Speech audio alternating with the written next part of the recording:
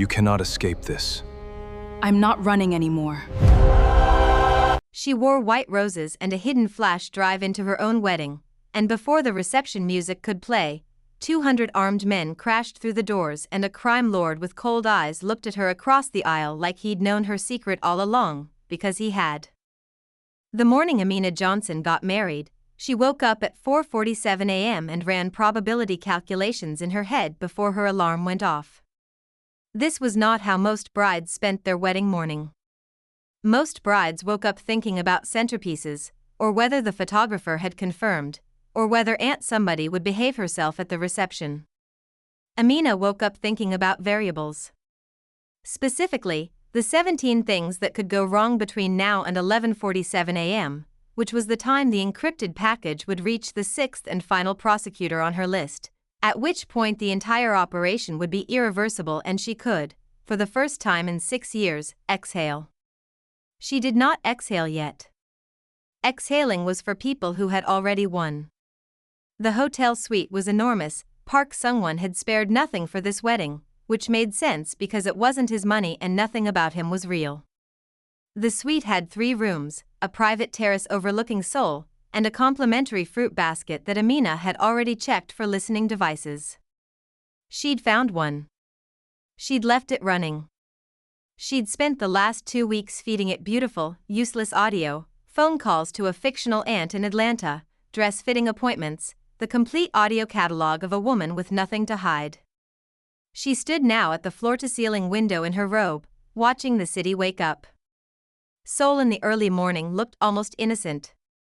All that glass and light, the Han River going silver in the distance, the skyline rising out of haze like an architectural argument about ambition. Somewhere beneath all that gleaming surface, money moved through systems Amina had spent 4 years mapping. Billions, laundered through hospital wings and scholarship endowments and luxury towers, scrubbed until they were clean enough to shake hands with presidents. Her father had followed that money here. He hadn't come back. She turned from the window and looked at her bouquet on the dressing table. White roses, tightly arranged, the stems wrapped in thick silk ribbon.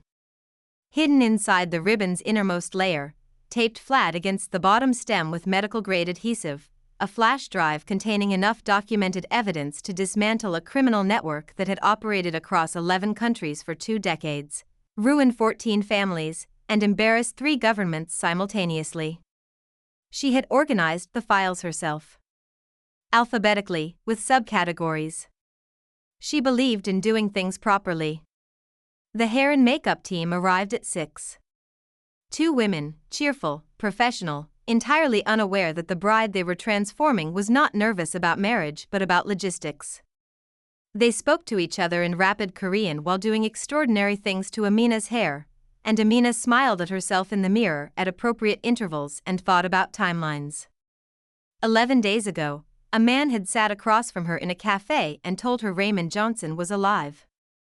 She still hadn't decided what to do with that information. She had filed Kong Min-jae under catastrophic or useful and tried to proceed as planned. But the mind does what the mind does when someone tells you your dead father is breathing, and what Amina's mind had done was run quiet background calculations every waking hour since, like a second program running beneath the main one, asking questions she didn't have time to answer yet. Where is he? Why didn't he come back? Who kept him? And why is the most dangerous man in Seoul the one who knows? She pushed the questions down. There was a sequence to things. Sequence was everything. By 9 o'clock, she was dressed. The gown was the most expensive thing she'd ever worn and also the most functional. She had personally approved the design modification to the bouquet-holding hands opposite seam, a detail the designer had found eccentric and Amina had called aesthetic preference. The gown moved the way she needed it to move. The shoes were lower than the stylist had wanted. Amina had been firm.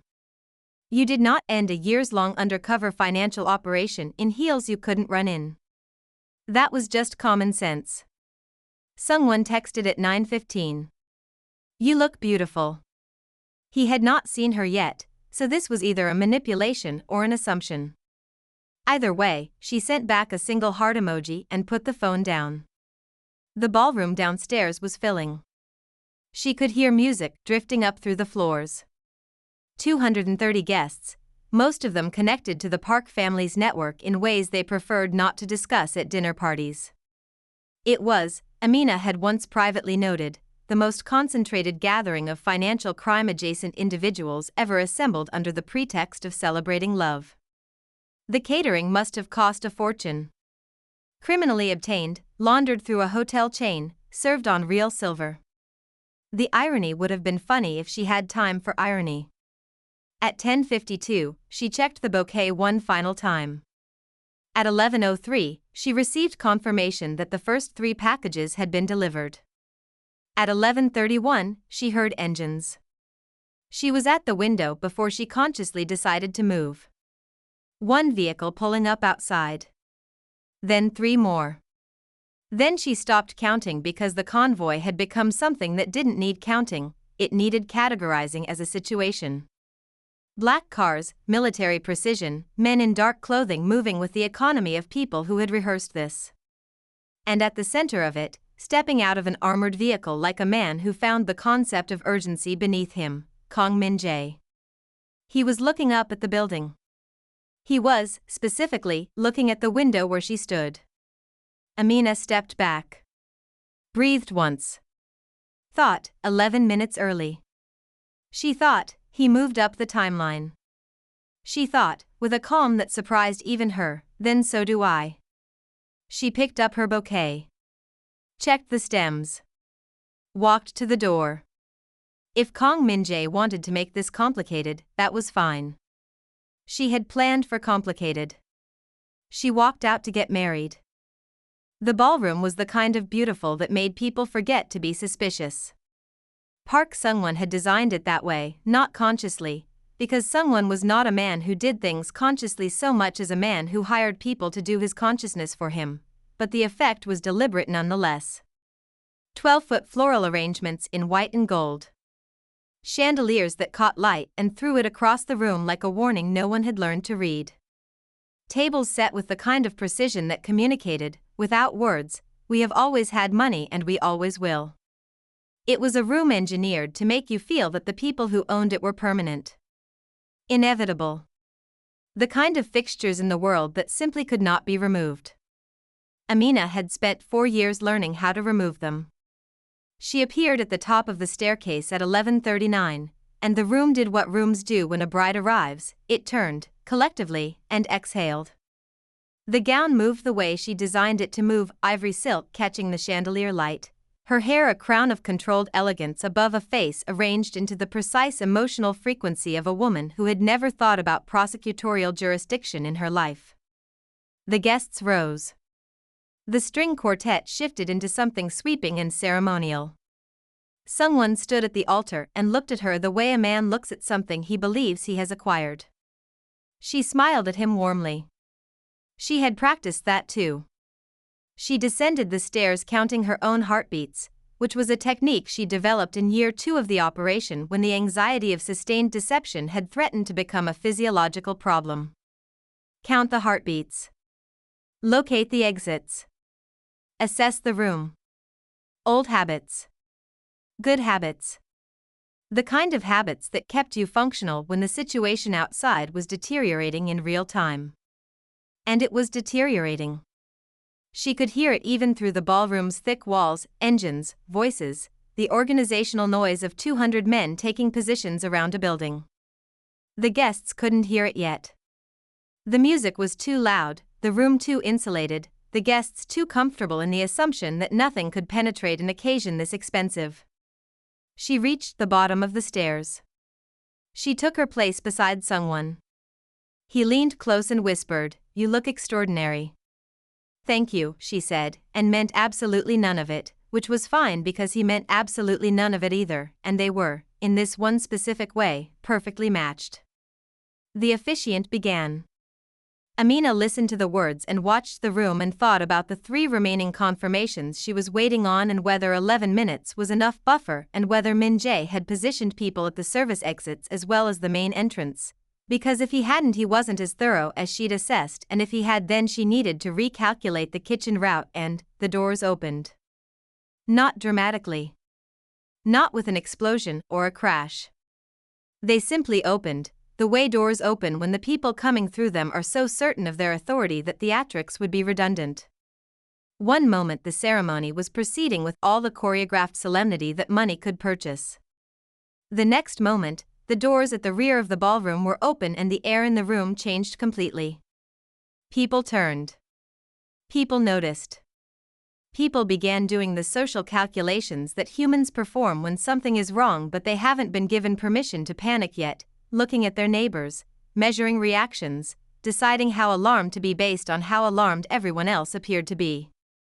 Everyone else appeared to be very alarmed. The security team at the entrance had not stopped them. This was because the security team at the entrance had taken one look at what was coming through the doors and made the entirely rational decision that their employment contract did not cover this specific scenario. Kang Min-jae walked down the aisle. He walked the way glaciers move, steadily, without apparent effort, in a way that made everything in the path simply get out of the way. His men flanked the exterior of the building, visible through every window now, positioned with a patience that communicated they had nowhere else to be and all the time in the world. He himself had brought only 4 guards inside, which was either restraint or a statement, and with Min-jae the difference between restraint and a statement was mostly academic. He wore black. Of course he wore black. The man dressed like punctuation at the end of a sentence. He stopped 6 feet from the altar. The officiant had gone completely silent, had, in fact, taken several steps backward in the kind of unconscious physical retreat the body performs before the mind catches up. Sungwon's jaw tightened. What is the meaning of this? His voice was doing its best impression of authority, which under the circumstances was not a very convincing performance. Min-jae looked at him the way you look at a piece of furniture that's in your way. Then he looked at Amina. And something passed between them, not warmth, not recognition exactly, but something more like 2 people confirming what they already knew about each other while everyone around them understood nothing. He said, "Tell them who you really are." The room erupted. Not into violence, not yet, but into the specific chaos of 200 people suddenly realizing they didn't know what kind of room they were in. Voices overlapped. Chairs scraped. Several of the more professionally paranoid guests reached instinctively toward jackets and then thought better of it because the windows were full of Min-jae's people and thinking better of things was how you stayed alive in this city. Sungwon grabbed her arm. That was his first mistake. It was also, as it happened, his last real move in this particular game. Because the woman he grabbed was not the woman he thought he'd been engaged to for 18 months. The woman he grabbed had spent 6 years inside operations that made this wedding look like a rehearsal.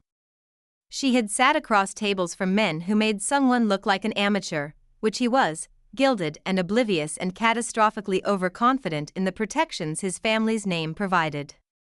She looked down at his hand on her arm. She looked up at his face. She reached into the bouquet. The flash drive caught the chandelier light as she held it up, and the room went very, very quiet. Because almost everyone in that room knew what it meant. Not all of them. But enough. The ones who mattered.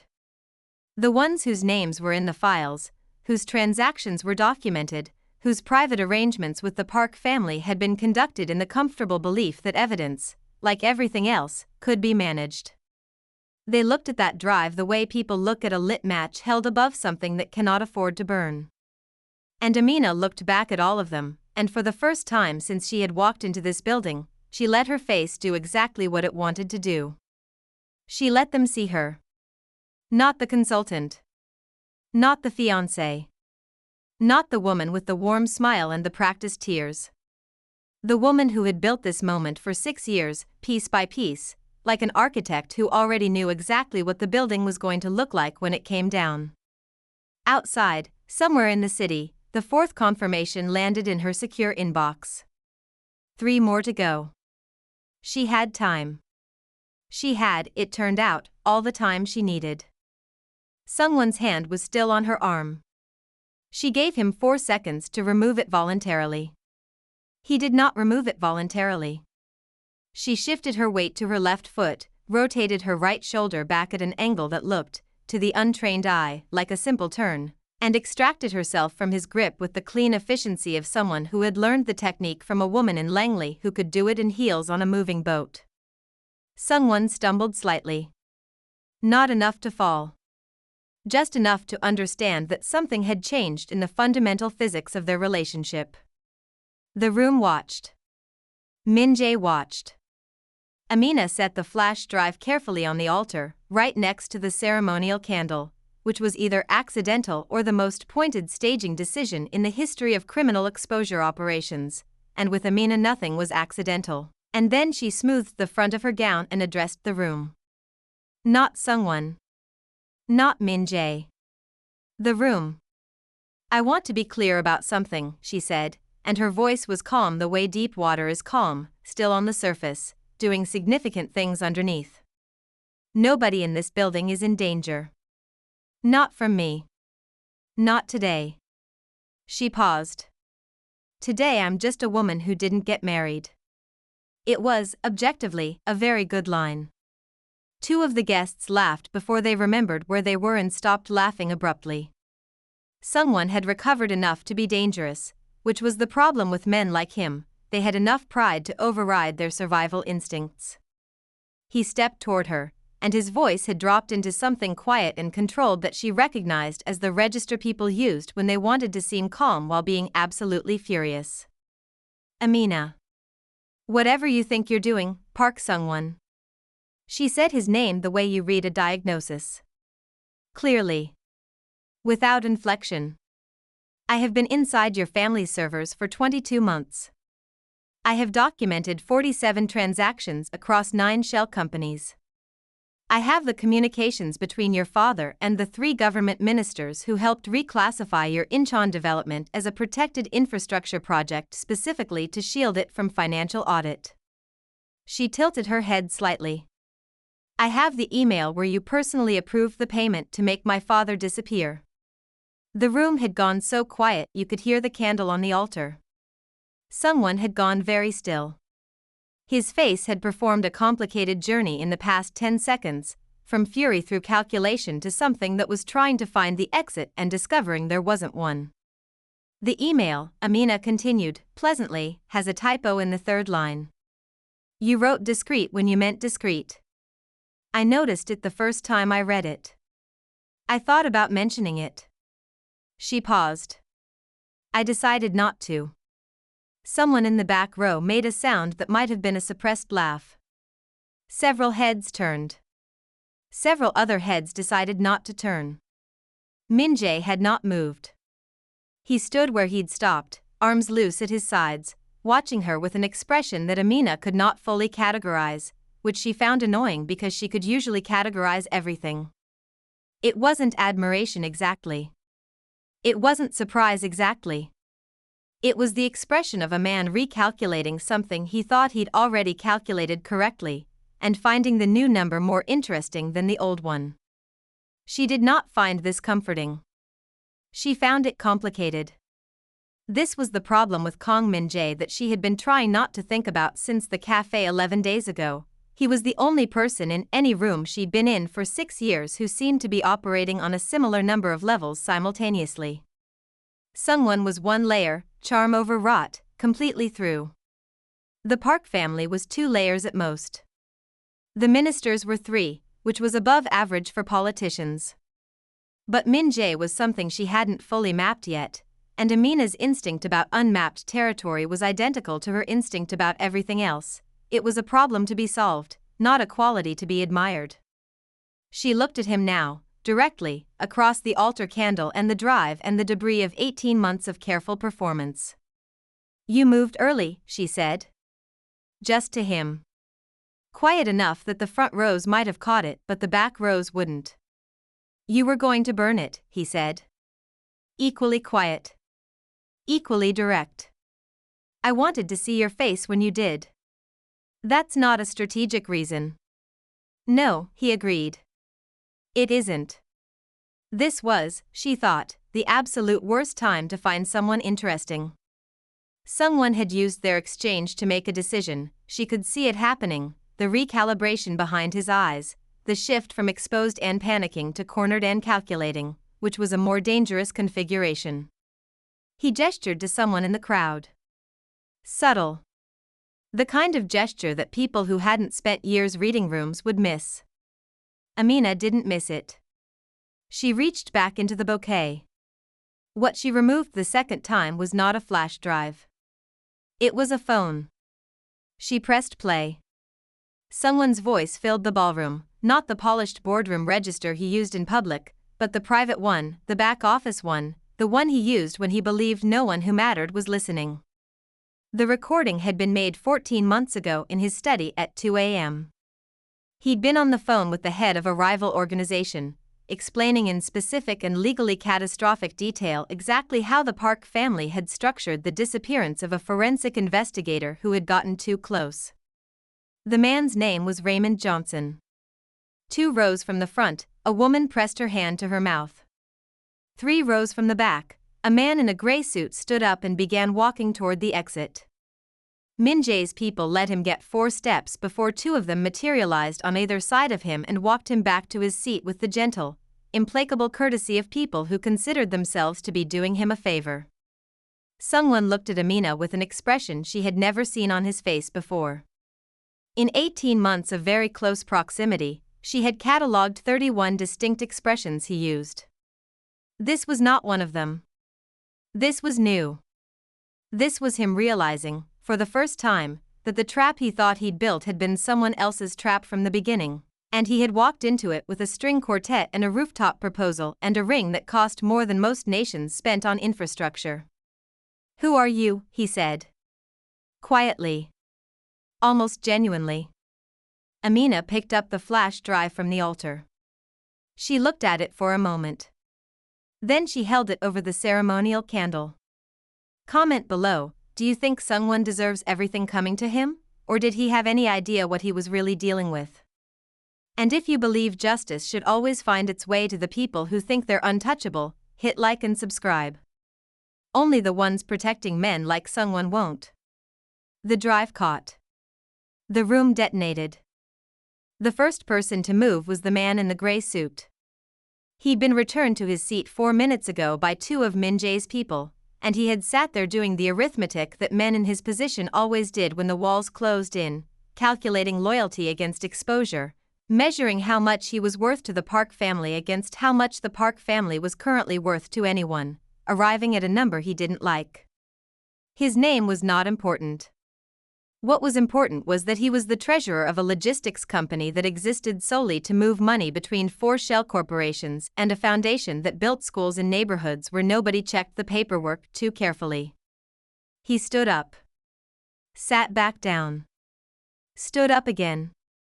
Then he turned to the man sitting next to him, a man with whom he had attended 12 meetings, 3 dinners, and 1 extremely uncomfortable fishing trip in Jeju, and said, in a voice that carried further than he intended, "I was never part of the Incheon arrangement."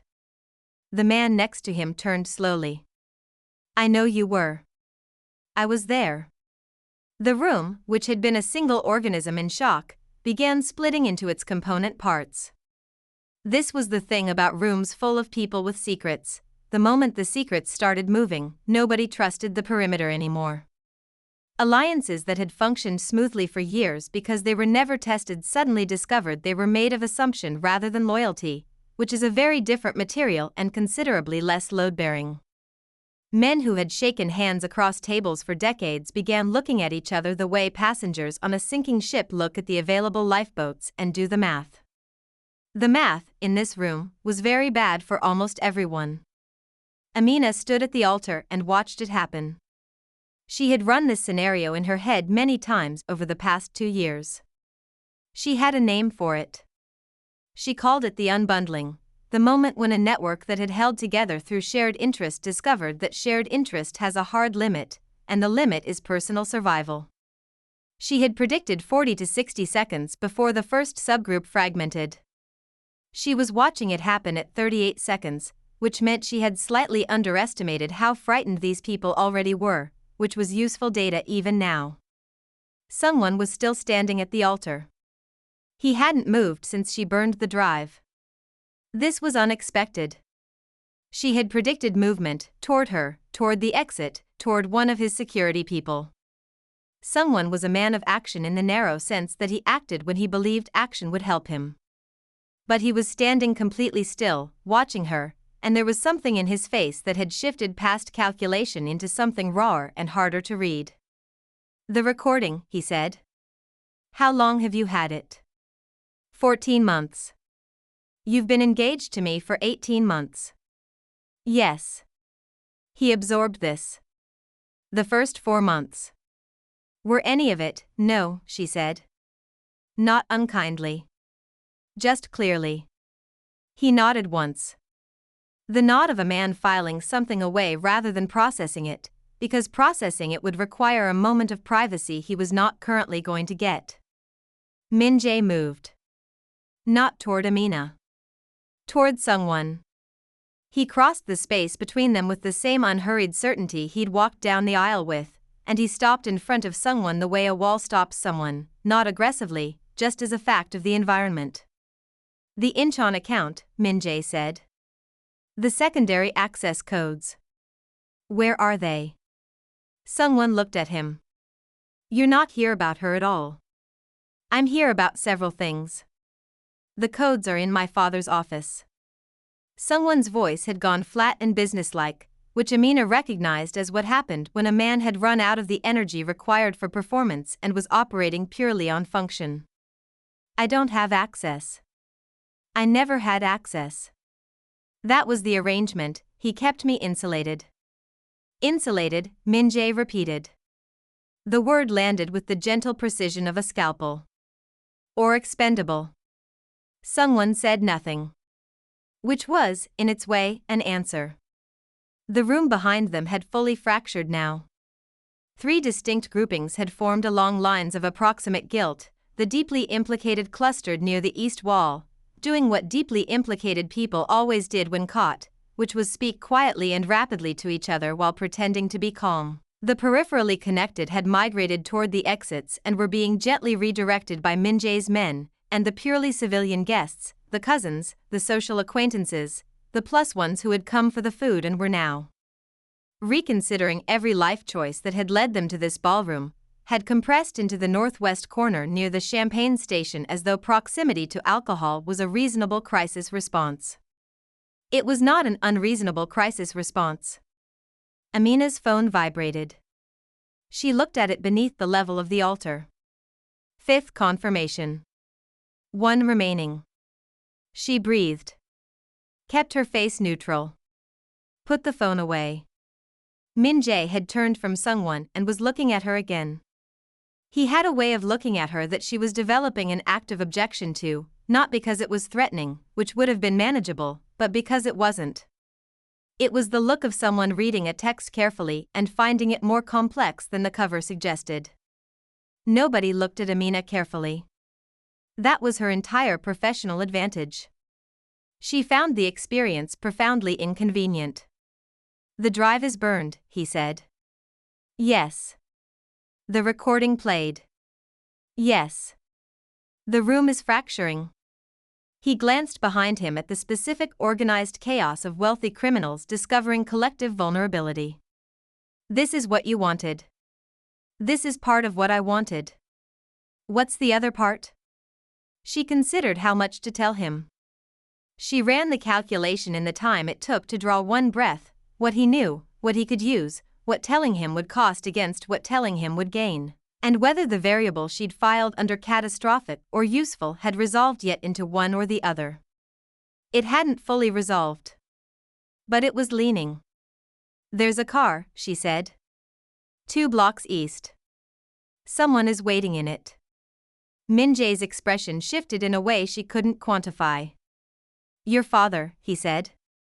"If you knew he was alive," she said carefully, "and you knew where he was, then you've been holding that for leverage." "Yes." She appreciated the honesty. She did not appreciate what the honesty implied. "Why give it up now?" she asked. Min-jae looked at her for a long moment. Outside, the sound of the city had changed. Sirens, distant, getting less distant, which meant someone had made a call and the official machinery was beginning to turn, which meant her timeline was compressing whether she was ready or not. Because, he said, some debts aren't financial. She stared at him. He held her gaze. Behind them, someone sat down on the altar steps like a man whose legs had made a unilateral decision, and put his face in his hands, and said nothing further, which was the most honest thing he had done in the entire 18 months she had known him. Amina picked up her bouquet. The roses were slightly singed on one side from the burning drive. She looked at them. She looked at the room, fractured, loud, the architecture of a criminal empire coming apart at every seam she'd spent years quietly cutting. She looked at Kong Min-jae. One more confirmation, she said. Then I walk out that kitchen door. I know, he said. She paused. Are you going to try to stop me? He looked almost amused. I came here to watch, he said. I've seen what I came to see. Her phone vibrated. 6th confirmation. Done. She walked toward the kitchen and nobody stopped her. This was either a testament to how thoroughly Min-jae's presence had reorganized the room's power structure, or a testament to the fact that the room was currently too busy imploding to track one woman in a wedding dress moving toward a service door. Possibly both. With crowds, as with markets, the answer was usually both. The kitchen was enormous and industrial and smelled like the early stages of a reception that was not going to happen. 12 catering staff stood in various configurations of frozen uncertainty, people who had signed up to serve canapés to wealthy guests and were now processing the audio of a room full of criminals discovering simultaneous exposure. 2 of them were on their phones. One was eating a bread roll with the focused calm of someone who had decided that whatever was happening out there was above his pay grade and nutrition was a constant. Amina respected that. She crossed the kitchen without breaking stride, pushed through the service exit, and stepped into the back corridor that connected to the freight elevator. The building's service infrastructure was something she had memorized 3 months ago during what she had told someone was a venue visit for floral arrangement logistics. He had found this charming. She had found it necessary. The freight elevator took her to the basement loading dock.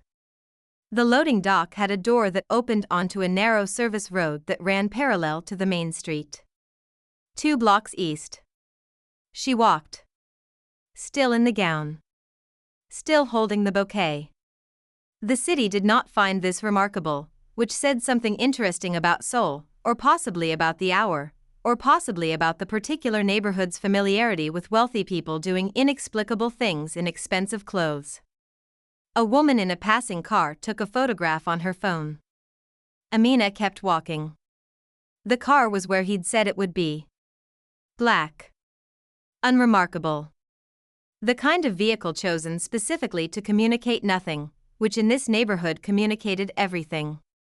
She could see through the window that the person in the back seat was turned away from her, watching the street on the other side.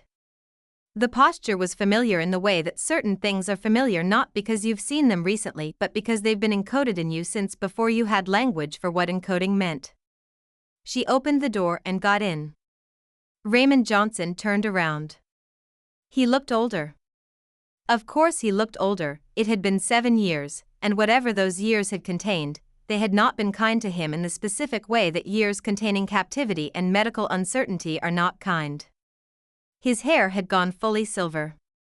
There were lines in his face that hadn't been there in the last photograph she had of him, taken at her apartment in Washington 2 weeks before he'd flown to Seoul and disappeared. He was thinner. His hands, when he reached for hers, had a slight tremor that she catalogued and filed and refused to think about directly for the moment because if she thought about it directly she would not be functional and she needed to be functional for approximately 40 more minutes. Amina, he said. Dad, she said. They held on to each other for a long moment in the back of an unremarkable black car on a quiet Seoul service road while 7 years of a particular kind of grief, the grief of people who don't know whether to mourn or wait, who exist in the suspended state between loss and hope that is somehow harder than either, did what it needed to do. Then he pulled back and looked at her face with the expression of a man who needs to assess and can't help it, because assessment was his language too, because she had learned it from him. "The drive," he said. "Delivered. 6 prosecutors. This morning. The park network? Fully documented. 47 transactions. 3 ministers. The inch-on account structure." She paused. "Your disappearance. Authorized in writing. With a typo." Raymond closed his eyes briefly. Opened them. "How long?" 6 years total. 4 years active. 18 months inside. He absorbed this. She watched him do it, watched him process what it meant, what it had cost. What kind of daughter builds a 6-year operation from grief and forensic inheritance and doesn't tell her father because her father is either dead or in a situation where telling him would compromise everything? "You should have," he began. "I know," she said. "I couldn't." "I know," he said. "I know you couldn't." The sirens were closer now. Multiple units, the organized sound of an official response that had been set in motion. She checked her watch, 19 minutes ago, which was approximately when the first prosecutor's office would have opened the package, verified the contents, and made the necessary calls. The machine moved at the speed it moved. She had accounted for this. What she had not fully accounted for was the knock on the car window. She turned. Kong Min-jae stood on the service road in his black suit, hands in his pockets, looking at her through the glass with an expression that was almost carefully neutral in a way that required effort. She could see if she looked for it. She looked for it. She found it. She rolled down the window. "You followed me," she said. "I walked behind you," he said. "There's a distinction." "There really isn't." "Your father." He looked across her at Raymond, and something passed over his face, complicated and quick, there and gone. "You look better than the last time I saw you, Raymond." Her father's expression shifted. Min-jae. Amina looked between them. "You know each other," she said. It was not a question. "We've met," her father said carefully.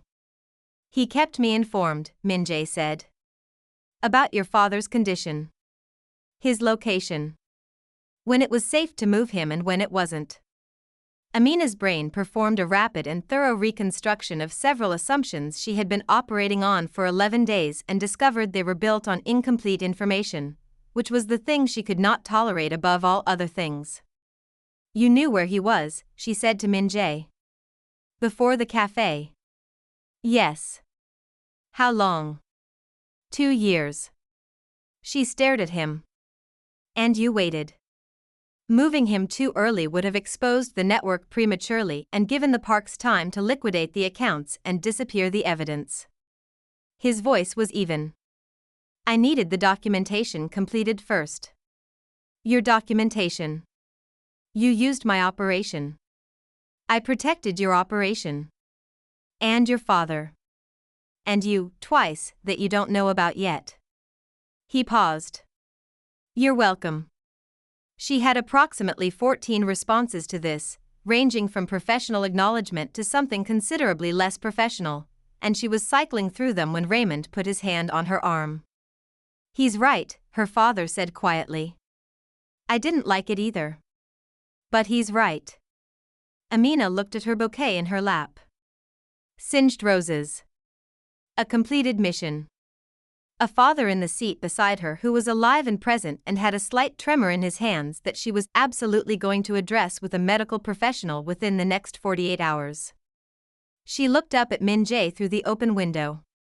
"The inch-on account," she said. "That's what you wanted. The secondary codes. Among other things. Did you get them?" He considered her for a moment. "Someone gave them up. His father built the network. He kept the son insulated and expendable. When that became clear, someone's loyalty had a very specific shelf life. And the account? Frozen. As of 12 minutes ago. My people and yours arrived at that particular conclusion simultaneously. She looked at him for a long time.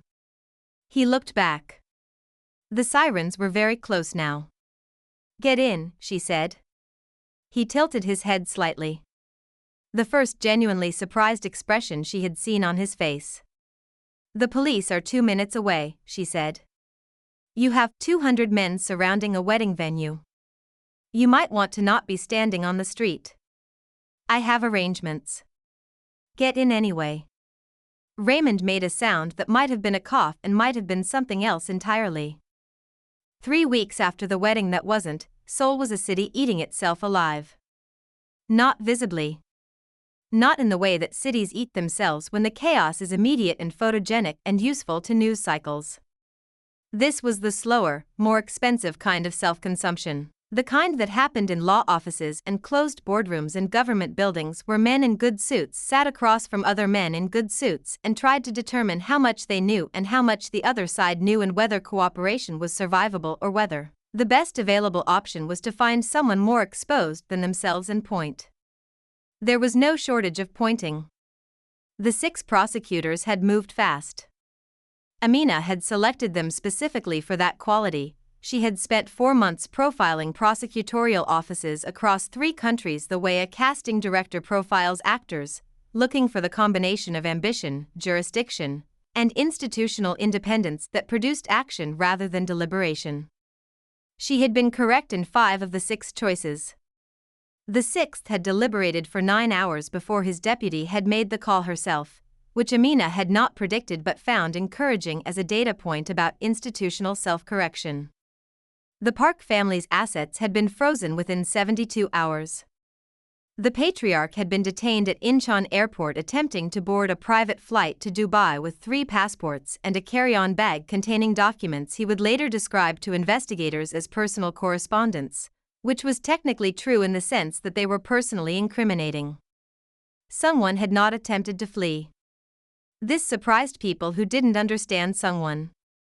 It did not surprise Amina, who understood him precisely well enough to know that his entire identity was constructed around the assumption of his own untouchability, and that an untouchable man doesn't run because running would mean admitting he could be touched. He had submitted to questioning with the composed bewilderment of someone who had not yet fully integrated the reality of his situation, which his attorneys were reportedly finding both professionally challenging and billable. The 3 government ministers had taken 3 different approaches.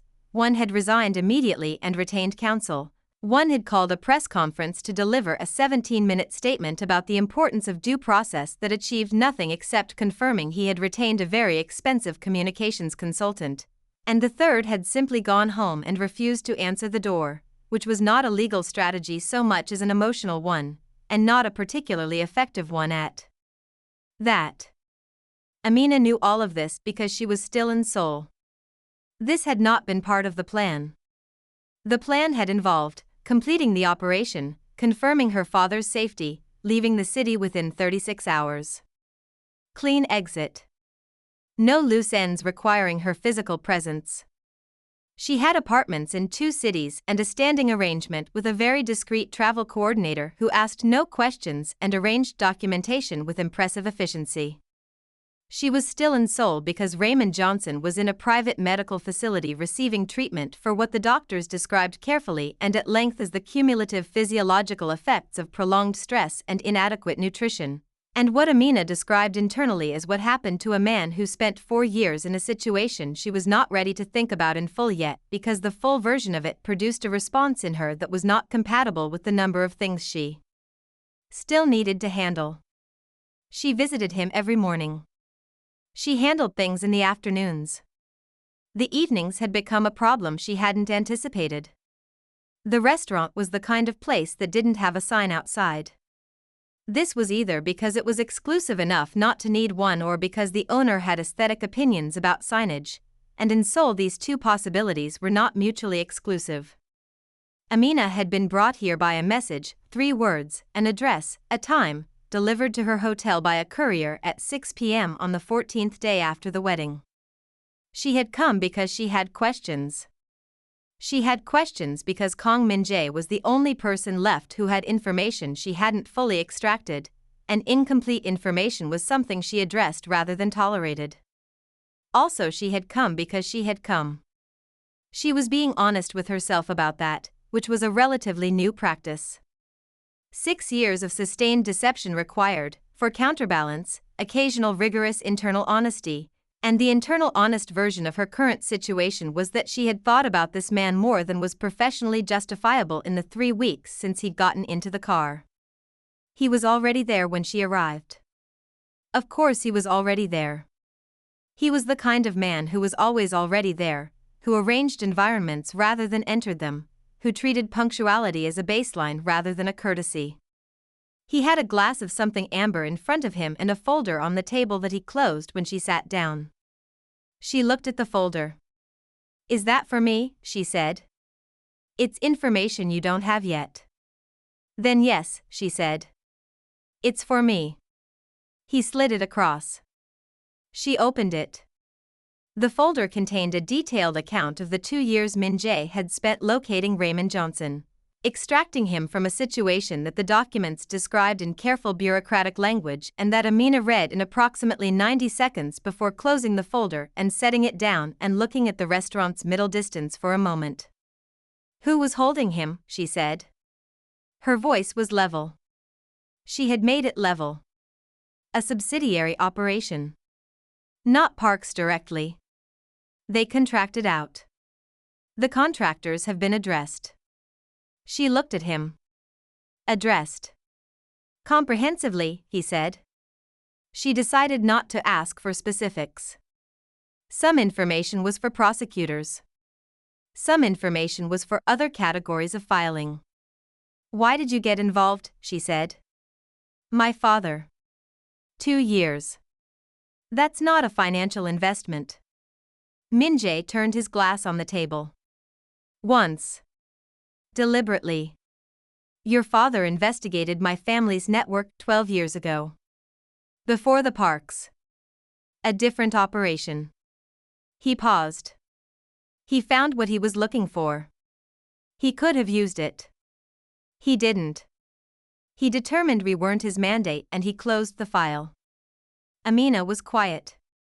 He had evidence that would have destroyed several things I had spent years building, Min-jae continued. He walked away from it. Not from weakness.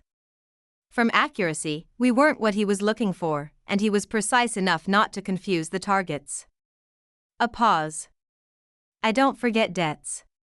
You spent 2 years finding him because he closed a file 12 years ago. I spent 2 years finding him because he was worth finding. Min-jae looked at her directly.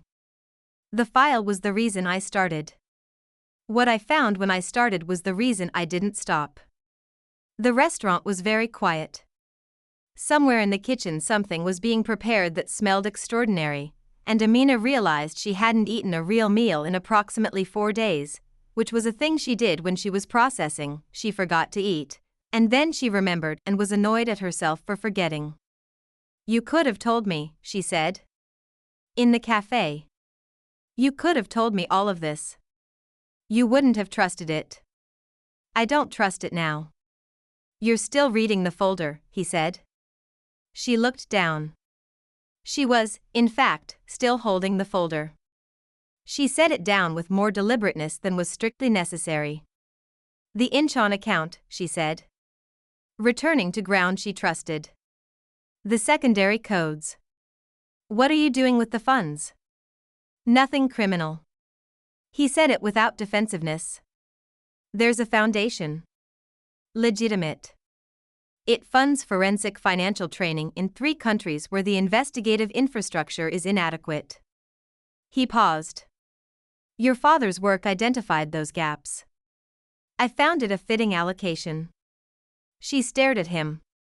He met her gaze with the absolute composure of a man who was either entirely sincere or so accomplished a performer that the distinction was academic. She thought about the 6 years she'd spent performing. She thought about the folder.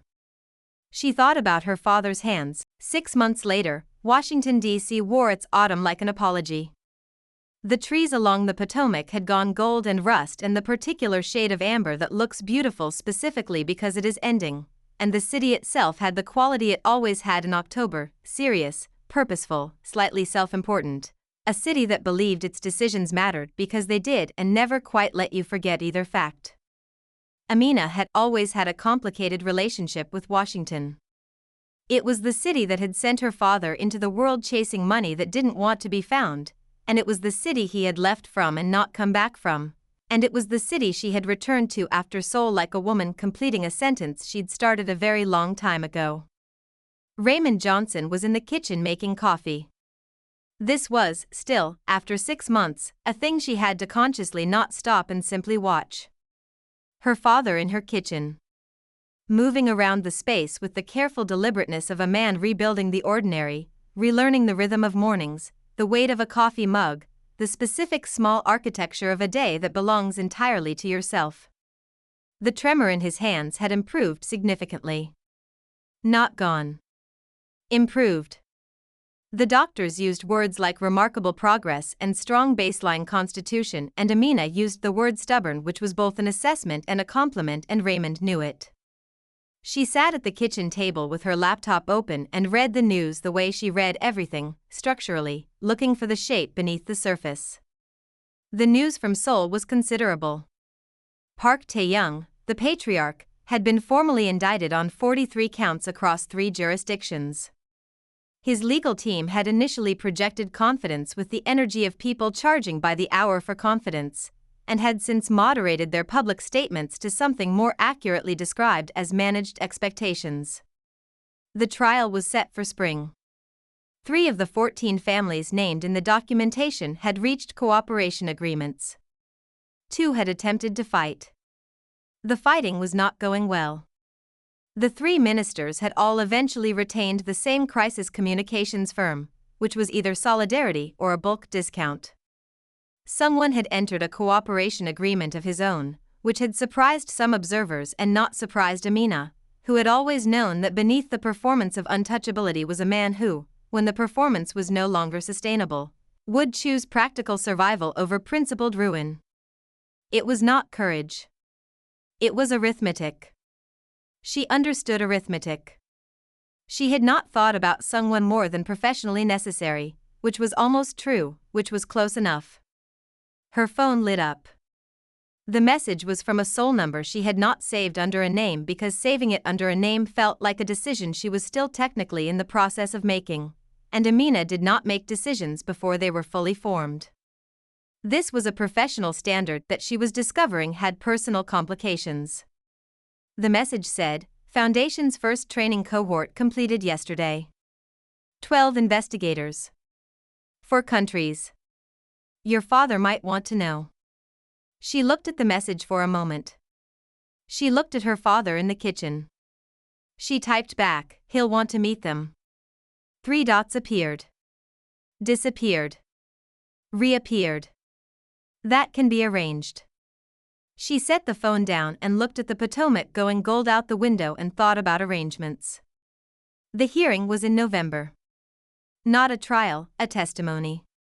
A joint session with representatives from 3 of the prosecutorial teams, a formal presentation of the full documented record, the kind of proceeding that happens after the evidence has already done its work, and what's required now is the official architecture of accountability. Amina testified for 4 hours. She spoke clearly, specifically, and without editorializing, which was the correct register for the occasion and also the hardest register to maintain when what you were describing was a 6-year operation built from grief and mathematics and the specific kind of love that expresses itself as relentless precision, rather than sentiment. Afterward, in the hallway outside the hearing room, Raymond found her and stood beside her without speaking for a full minute, which was how the Johnsons processed things, in parallel silence that meant more than most people's sentences. Then he said, Your grandfather would have called that a surgical strike. He would have called it overdue, Amina said. That too. They walked out into the November air together, and the city moved around them, and the Potomac was cold and silver in the distance, and 6 months ago a woman had walked out of a burning wedding into the first honest morning she'd had in years, And this was what came after this ordinary, extraordinary, hard-won Tuesday. He came to Washington in December. This was also technically an arrangement, in the sense that it had been discussed and agreed upon, though the discussion had happened across a series of messages over 6 weeks that had begun professionally and migrated, incrementally, into something that required a different category. Amina had watched the migration happen with the part of her that catalogued everything, and had made no move to stop it, which was itself a decision. She met him at the door. He looked different in Washington.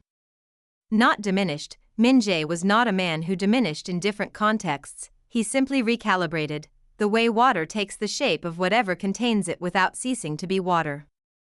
He wore a coat against the December cold and carried nothing except himself, which was, she had come to understand, always more than sufficient.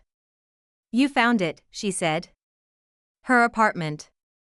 He had been given the address, but addresses in Washington were not always straightforward. "I found it," he confirmed. "Come in," she said. He came in. Raymond was in the living room, and the meeting between these two men, her father and the man who had spent 2 years keeping her father alive for reasons that were simultaneously strategic and human in the way that the best reasons always are, was a thing she had thought about and could not fully have scripted. They shook hands. They sat. They talked for 2 hours with the directness of people who had been in adjacent proximity to each other's most important decisions without being formally introduced to what those decisions meant. Amina listened. She made coffee. She sat in her own kitchen in her own apartment in the city that had sent her father away and listened to these two men talk about forensic systems and institutional gaps and the 17 investigators currently in training across 4 countries. And thought about the particular shape that justice takes when it's built not from official channels alone but from the people who fill the spaces the channels miss. Her father excused himself at 9 o'clock with the tact of a man who had survived enough to know which rooms to leave and when. She and Min Jae sat in the kitchen with coffee going cold between them. "The Foundation's first case," he said. "They've identified a network. Smaller than the parks. Different geography. Are they